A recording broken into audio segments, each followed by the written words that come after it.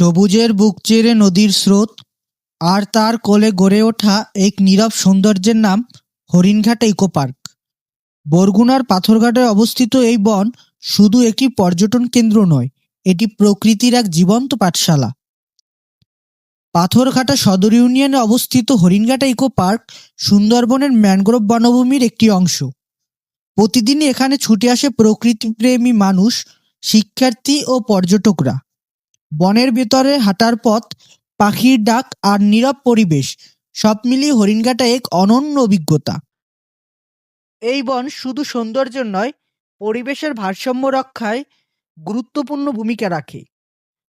ঘূর্ণিঝড় ও জলোচ্ছ্বাস থেকে উপকূল রক্ষা, জীববৈচিত্র্যের সংরক্ষণ সবখানেই হরিণঘাটার অবদান অনস্বীকার্য।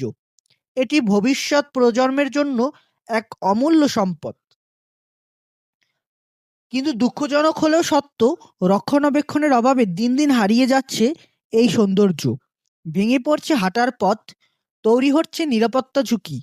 যথাযথ তদারকি ও পরিচর্যার অভাবে প্রশ্নের মুখে হরিণঘাটা ইকো পার্কের ভবিষ্যৎ। স্থানীয়রা চান হরিণঘাটা বাঁচুক তার প্রাকৃতিক রূপ।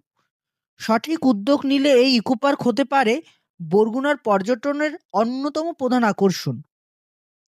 হরিণঘাটা ইকো পার্ক রক্ষা করা শুধু সরকারের দায়িত্ব নয়, এটি আমাদের সবার। চলুন সবাই মিলে সচেতন হই, প্রকৃতিকে ভালোবাসি, কারণ প্রকৃতি বাঁচলে আমরা বাঁচব।